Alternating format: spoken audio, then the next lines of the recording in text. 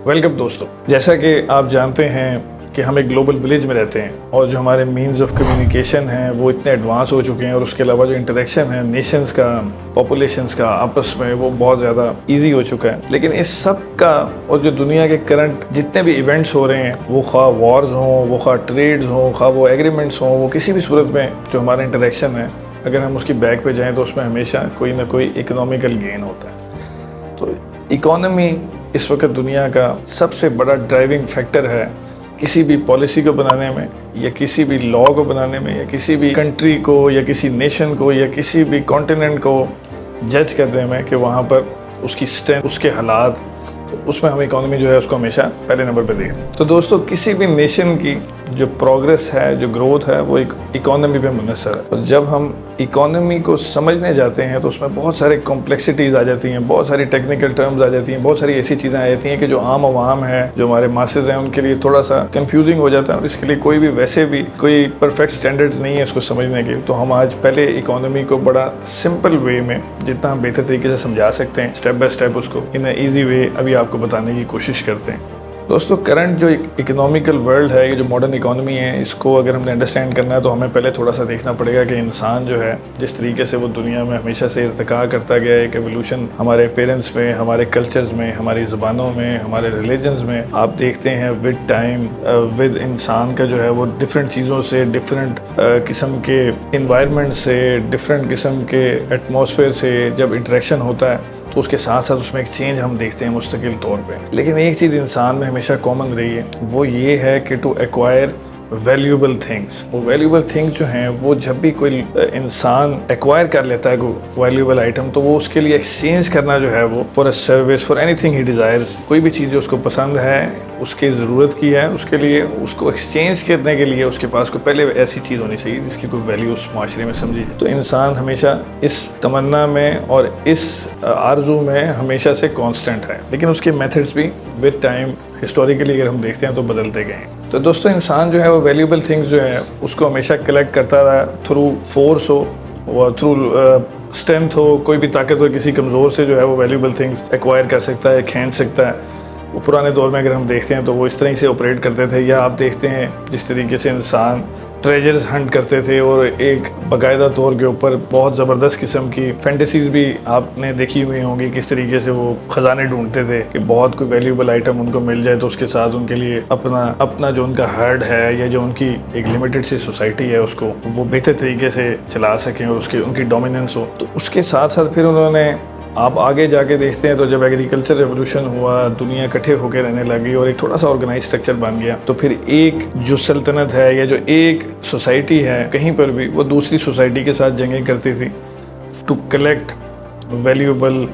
Items, जिससे उनकी wealth में इजाफा हो, और कॉन्सेंट्रेट करते थे ज़्यादा से ज़्यादा वैल्यूएबल थिंग्स अपने पास कॉन्सेंट्रेट करें, जिससे उनकी स्ट्रेंथ में इजाफा होता था, उनकी जो डोमिनेंस थी, उनका जो बका था, यानी कि अपने सर्वाइवल के लिए भी आपको कॉन्स्टेंटली जो है वो इस तरह के मोड में रहना पड़ता था कि आप ज़्यादा से ज़्यादा चीज़ों को एक्वायर कर लें। इसके बाद हमने देखा दुनिया में जब नेशंस किसी तरीके से फॉर्म में आना शुरू हुई तो फिर एक कॉलोनाइजेशन शुरू हो गई कि बजाय इसके कि आप जंग करें, जंग करने के बाद अगलों को बिल्कुल जो है वो आप लड़ाई करने के बाद डिस्ट्रॉय करें और उसके बाद फिर आप जो है वो सारा कुछ लूट लें, उससे ज़्यादा फ़ायदा आप नज़र आने लगे। कॉलोनाइजेशन आप कर लेते थे, आप कब्जा करके वसाइल पे उन्हीं लोगों को जो है वो यूज़ करके उनसे दोबारा से कोई क्रॉप है या कोई, जिस तरह हमें हमारे बड़े सगीर पे बरतानिया का कब्जा था, इस तरीके से फ्रेंच कॉलोनीज थी, जो भी कॉलोनीज थी वहाँ से आप एक्सट्रैक्ट करते थे चीज़ें। तो ये जिस तरह अमेरिकन कॉलोनीज थी, इस तरीके से फिर ये कॉलोनाइजेशन का एक दौर हमने देखा। लेकिन इस सब में एक चीज़ कॉमन थी कि इसमें एक तो कांस्टेंट अनस्टेबिलिटी थी और वेल्थ जो है वो दुनिया में जितनी थी उसके हिसाब से पॉपुलेशन भी बढ़ रही है। आप देखें, उसके साथ साथ उसी वेल्थ के लिए जो है वो लोग बहुत ज़्यादा लड़ भी रहे हैं और इकोनॉमी जो है उसमें ग्रोथ नहीं आ रही। यानी कि अब एक ख्याल ये नया आया दुनिया में कि वेल्थ को क्रिएट किया जाए, यानी अपनी वेल्थ को क्रिएट करने की तरफ जब इंसान का ध्यान गया तो फिर एक इंडस्ट्रियल रेवोल्यूशन आया। तो दोस्तों, कॉलोनाइजेशन के वक्त इंसान को ये अंदाज़ा होने लग गया कि इस वक्त इकोनॉमी जो है ये जो जिस पैरामीटर्स पे या जिन स्टैंडर्ड्स पे चल रही है, इससे वेल्थ जो है वो एक्सचेंज तो हो रही है या उसमें बहुत लिमिटेड ग्रोथ हो रही है, लेकिन उसमें जितने रिसोर्सेज हैं उससे ज़्यादा पॉपुलेशन भी बढ़ रही है और उसके कंटेंडर्स भी बढ़ते जा रहे हैं। तो इस कांस्टेंट अनस्टेबिलिटी को, कॉरल्स को, लड़ाइयों को रोकने के लिए और अब थोड़ा सा आगे बढ़ाने के लिए वेल्थ क्रिएशन का एक कॉन्सेप्ट आया, जिसमें आपने प्रोडक्शन को या इन चीज़ों को दुनिया में देखा कि ये इवॉल्व हुई, ये कॉन्सेप्ट्स आए और इंडस्ट्रियल रेवोल्यूशन आया। अब ये जो मॉडर्न इकोनॉमिक वर्ल्ड है इसकी फाउंडेशन रखी गई। तो दोस्तों, जब आप वेल्थ क्रिएट करने जाते हैं, जब आप प्रोडक्ट्स क्रिएट करने जाते हैं, तो आपके पास कंज्यूमर भी होने चाहिए। कंज्यूमर जितने ज़्यादा होंगे और जितने केपेबल होंगे उतनी प्रोडक्ट सेल होंगी और उतना आप प्रॉफिट कमाएंगे। तो उसके लिए एक एनवायरनमेंट आपको बनाना ही पड़ता है, आप चाहें ना चाहें। तो ये जो दुनिया में लॉज हैं जिसमें ग़ुलामी ख़त्म की गई, जिसके अंदर ये ऑपरेशन ख़त्म हुआ, ये कब्ज़े ख़त्म हुआ है, तो इसकी बेसिस जो थी वो भी बेसिकली यही इकोनॉमिकल सोच थी। यानी कि ये जो इकोनॉमी है इसी का कोई इंटरेस्ट था जिसने ड्राइव किए सारे लॉज। क्योंकि इंडस्ट्री को रन करने के लिए आपको स्किल्ड लेबर चाहिए, किसी को स्किल्ड होने के लिए एक बेसिक एजुकेशन, एक बड़ा पीसफुल एनवायरनमेंट, एक ऐसा आपको एटमॉस्फेयर चाहिए जिसके अंदर वो प्रॉस्पर कर सकें, वो प्रॉब्लम सॉल्व कर सकें, वो अपने जो एट्रीब्यूट्स हैं वो बढ़ा सकें। तो उसके लिए आपको ये सारे लॉज जो हैं आहिस्ता आहिस्ता इकोनॉमी ही ने दुनिया के जो तमाम तरह ये जो मौजूदा असूल हैं इसको ड्राइव किया और इंसान ने लड़ाई को, कब्ज़ों को, झगड़ों को, सबको करके अब इस तरह मूव कर लिया और ऐसा एक इकोनॉमिकल रेवोल्यूशन आया, एक पूरी दुनिया के स्ट्रक्चर को चेंज करके रख दी। तो दोस्तों, कंज्यूमर जो है उसकी कैपेसिटी जितनी ज़्यादा होगी, प्रोडक्ट्स उतनी सेल होंगी, उतना ही प्रोड्यूसर मोटिवेट होगा, उतना ही उसकी क्वालिटी ऑफ प्रोडक्ट बेहतर होगी और यकीनन उसकी डिमांड भी उतनी बढ़ेगी और इसी तरीके से उसके कैपिटल में भी इजाफा होगा और कंज्यूमर भी एंटरटेन होगा। तो इसके लिए हमें एक जो फ्री वर्ल्ड रिक्वायर्ड था वो तो दुनिया में आ गया। इसके साथ साथ आप किसी भी कमोडिटी को एक्सचेंज करते हैं, यानी आपने कोई प्रोडक्ट या किसी भी वैल्यूएबल चीज़ को खरीदना है तो उसके लिए आपको कोई ना कोई वैल्यूएबल प्रोडक्ट की सर्विस देनी होती है। ये ट्रांजैक्शन है। अब ये जो एक इकोनॉमिकल ट्रांजैक्शन है इसके लिए पहले गोल्ड स्टैंडर्ड था कि गोल्ड जो है वो एक इंटरनेशनली रिकॉग्नाइज्ड वैल्यूएबल आइटम था जिसके सिक्के भी बनाए जाते थे, मल्टीपल तरीकों से उसको दिया जाता था या कमोडिटीज के साथ भी एक्सचेंज कर लिया जाता था। लेकिन बड़ा डिफिकल्ट था कि आप किसी एक चीज़ को किसी चीज़ के साथ जब एक्सचेंज कर रहे हैं तो उसको वहाँ पहुँचाना, और ये थोड़ा सा टाइम टेकिंग और बड़ा एनर्जी कंज्यूमिंग किस्म का एक प्रोसेस था। तो इस तरीके से लोगों ने गोल्ड को एक्सचेंज करना शुरू कर दिया। तो दोस्तों, उस वक्त जितने भी दुनिया में गोल्ड स्मिथ्स थे उनके पास क्योंकि सिक्योरिटी का एक बड़ा ज़बरदस्त निज़ाम होता था, उस वक्त इस तरह की स्टेट स्ट्रक्चर नहीं थे, इस तरह का एक लॉ एंड ऑर्डर या इस तरह का मॉडर्न निज़ाम नहीं था। तो उस वक्त जो भी लोग सोने का काम करते थे तो यकीनन वो ऐसी फैमिलीज होती थी या वो इस तरह के कबाइल होते थे या इस तरह के लोग होते थे जिनका अपना दिफा मजबूत होता था। तो जो लोग उनसे सोना खरीदते थे वो फिर रखवा भी उन्हीं के पास देते थे। तो अब बार बार अगर वो सोना उनसे लेने जाते थे, फिर उसको लेके किसी चीज़ को परचेज करने जाते थे या एक्सचेंज करने जाते थे किसी भी सर्विस या प्रोडक्ट के लिए, तो वो उनको एक थोड़ा सा रिस्की प्रोसेस लगता था। इसका हल उन्होंने ये निकाला कि जो भी गोल्ड स्मिथ्स थे वो अपनी रसीद या कोई भी अपनी ऐसा डॉक्यूमेंट दे दिया करते थे जिससे आप कमोडिटीज जो हैं वो खरीद सकें और उसके अगेंस्ट वो रसीद दे दें। और चूँकि उनका एक ट्रस्ट बन चुका था तो लोग जो हैं उनकी रसीद जो है उनको ऑनर करते थे और वो ठीक कंसीडर होती थी कि ये बाकायदा अगर एक आपके पास रसीद से कहीं और हैंड ओवर होगी और उसकी सील जो है वो जेन्युइन है तो वो ऐसी कंसीडर होता था कि जिस तरह वो सोना अब आपका हो गया और आप जाके क्लेम कर सकते।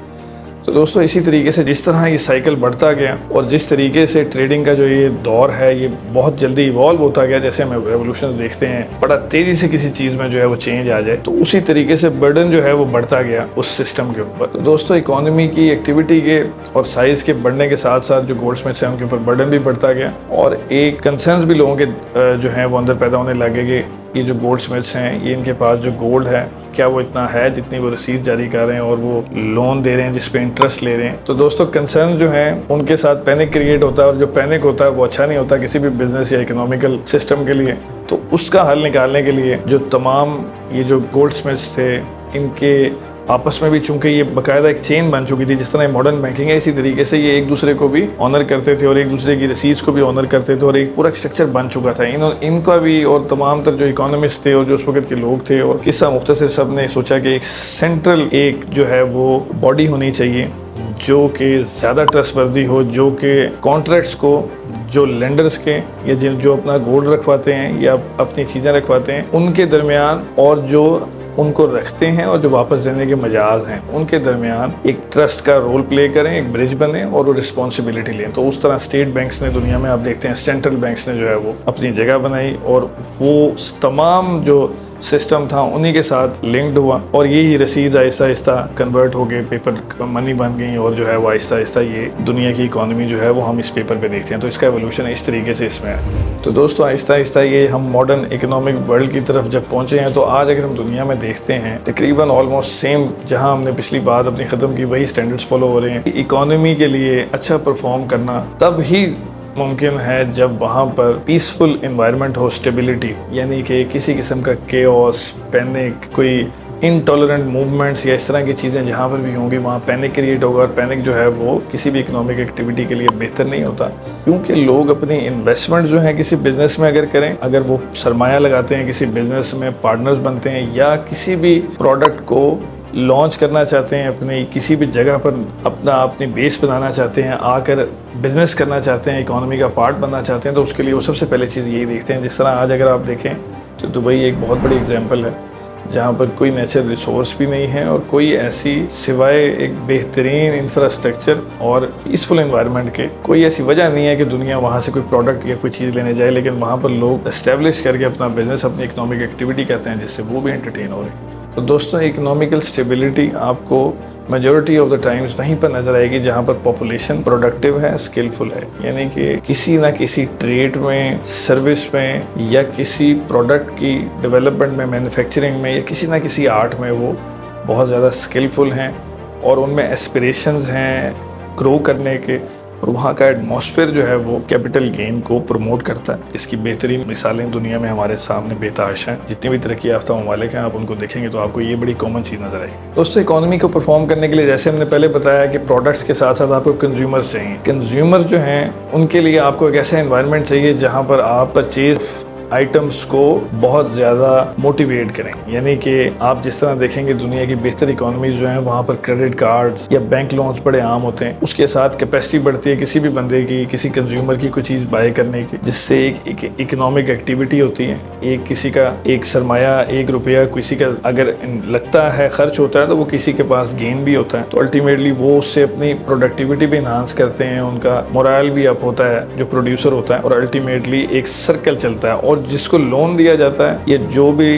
रिसीव करता है लोन्स को, क्रेडिट कार्ड्स को, तो दोस्तों ये तमाम फैक्टर जहाँ पर काम कर रहे होते हैं वहाँ पर हमें ये भी देखना होता है कि लेवल प्लेइंग फील्ड या इस तरह का एनवायरनमेंट जो कम्पेटिटिव हो, जहाँ पर किसी को भी कोई एडवांटेज ना हो, नेपोटिज्म की सूरत में, अपने रिलेशंस की सूरत में, बिजनेस में सबसे ज़्यादा ज़रूरी ये है कि इंडस्ट्रीज आपस में कम्पीट करें, उससे जो प्रोडक्ट की क्वालिटी है वो इम्प्रूव होती है। पाकिस्तान में, इंडिया में, या हमारे जितने भी बांग्लादेश है, जहाँ पर भी अभी हम पॉलिटिकली काफ़ी देखते हैं कि कमज़ोरियाँ हैं और इन्फ्लुएंस है हर इंडस्ट्री के ऊपर, तो आप देखते हैं कि हमारी एक्सपोर्ट्स नहीं है, क्योंकि हमारे यहाँ कंपटीशन जो है उसको डिस्करेज भी किया जाता है, सैबोटाज भी किया जाता है बाय इन्फ्लुएंस। और ये वाहिद रीज़न है कि हमारी क्वालिटी ऑफ प्रोडक्ट इतनी इम्प्रूव होती नहीं है कि वो इंटरनेशनल डिमांड बने। हम यहाँ पर ही इतना अच्छा कम्पीट ही नहीं कर पाते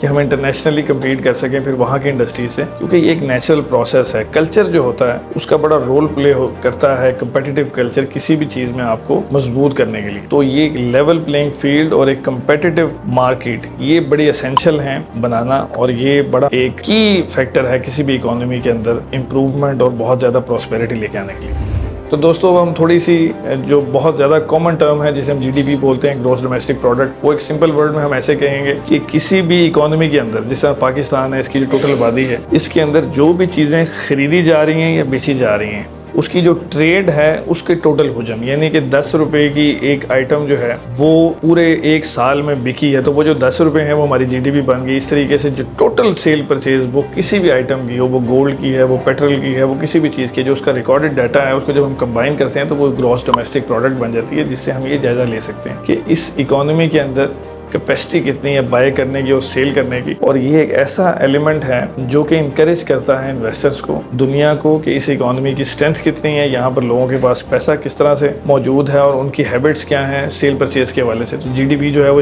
इसलिए उसको ज़्यादा वो सेंटर ऑफ फोकस होता है। जैसे अब देखेंगे हम भी हमेशा एक कॉमन मैन भी बिल्कुल जिसको ले मैन है इकोनॉमी के हवाले से, वो भी जब किसी एक मार्केट में जाए और एक ही जैसी प्रोडक्ट्स हर जगह मौजूद हो तो वो जहाँ पर रश ज़्यादा देखता है तो उसका ध्यान उस तरफ ज़्यादा हो जाता है। तो इसी तरीके से आप जीडीपी जैसे सर्च कर लें, जहाँ से लोग ज़्यादा सेल परचेज हो रही है जहाँ पे, तो यकीनन वहाँ प्रोडक्ट की शायद क्वालिटी जो है वो बेहतर है, वहाँ पर स्टैंडर्ड्स बेहतर है, तो यकीनन ये एक बड़ा फैक्टर होता है, तो इसलिए बार बार इसको जज किया जाता है। लेकिन इसके साथ साथ जीडीपी ये नहीं 100% हमें बताती है कि इकोनॉमी की स्ट्रेंथ कितनी है, उसका हमें पता चलता है ज़्यादा प्रोडक्टिविटी से भी। बिलफर्ज एक आइटम 10 मरतबा सेल हो गया और उसकी कीमत 100 रुपये है, तो वो 1000 रुपया आप जीडीपी में तो ऐड हो गया कि 100 रुपया 10 दफ़ा ट्रांजैक्शन में आ गया है, लेकिन वो आइटम एक ही है, तो वो जीडीपी में तो शो हो रहा है कि आपकी जीडीपी ग्रो, लेकिन आपकी जो प्रोडक्ट्स हैं वो बेसिकली ये डिफाइन करती हैं कि आप कितने प्रोडक्टिव हैं, कितने स्किल्ड हैं, या किस हद तक आप डिमांड एंड सप्लाई को मेंटेन कर रहे हैं, और इससे जो है आपकी स्टेबिलिटी का जो है वो अंदाजा होता है। और ये एक प्रॉब्लम जो है वो वीक इकोनॉमीज में होता है कि वहाँ पर ये बैलेंस जो है वो कभी मेंटेन नहीं रह पाता। तो दोस्तों, जितना आसानी से मैं आपको समझा सकता था मैंने वो बताने की कोशिश की है कि इकोनॉमी क्या है, इसका फंक्शन क्या है, इसके लिए किस तरह का एनवायरनमेंट चाहिए होता है, और हम किस तरीके से जज कर सकते हैं किसी इकोनॉमी की स्ट्रेंथ, और उसको प्रॉस्परस होने के लिए क्या रिक्वायरमेंट्स हैं जो हम एक्सपीरियंस से और दुनिया को जज करके देखते हैं बहुत आसान अल्फाज में। तो अब मैं आपको जाते जाते इस चैप्टर में ये बात लाजमी बता दूं कि इकोनॉमी जो है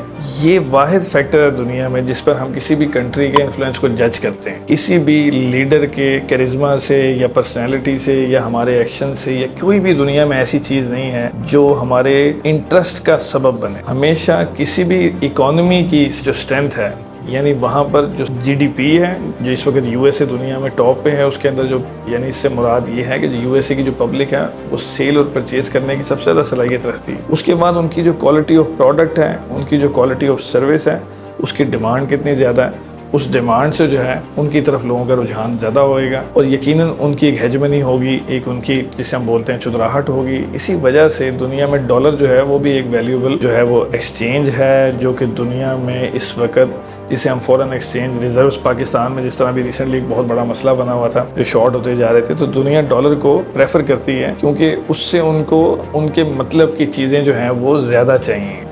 तो यकीनन उसी करेंसी की डोमिनेंस होगी जिस कंट्री की वो करेंसी है, अगर वहाँ की प्रोडक्ट्स लोगों को चाहिए। तो पाकिस्तान अगर अपनी परचेज़ के अगेंस्ट कोई भी ऐसा आइटम जो हम लेना चाहते हैं उसके अगेंस्ट जब कुछ देना चाहते हैं, तो हमारे पास ना कोई ऐसी इंटरनेशनली रिकग्नाइज बहुत अच्छी सर्विस ज़्यादा मिकदार में है सिवाय टेक्सटाइल के, या किसी हद तक जो हमारी नेचुरल रिसोर्सेज हैं जिसमें हमारा राइस एक्सपोर्ट है या चंद एक्सपोर्ट्स हैं, उसके अलावा हमारी कोई सर्विस की क्वालिटी या कोई ऐसी प्रोडक्ट नहीं है जो दुनिया में जिसकी डिमांड हो। इस वजह से वो हमारे रुपये पे या किसी भी ऐसी कंट्री की करेंसी पे ट्रस्ट नहीं करते जिससे उनको किसी की चीज़ की ज़रूरत ना हो। तो इसी वजह से पाकिस्तान को डॉलर्स की ज़रूरत पड़ती है, और यहाँ पर हम बहुत सारी कॉन्स्पिरेसीज देखते हैं, बहुत सारी चीज़ें सुनते हैं कि पाकिस्तान के ख़िलाफ़ शायद कोई जो है ना वो इंटरनेशनल किस्म का साजिश हो रही है जिस वजह से हमारे डॉलर जो है वो डिप्लीट हो जाते हैं, और पता नहीं क्या है, हम रुपये क्यों नहीं दे सकते, छाप क्यों नहीं सकते। बेसिकली रुपये और डॉलर जो हैं वो तो कागज़ के टुकड़े हैं। आपकी प्रोडक्ट, आपकी सर्विस, आपका जो स्किल है या जो आपका पोटेंशियल है वो डिफ़ाइन करता है कि आपकी वैल्यू दुनिया की नज़र में क्या हो।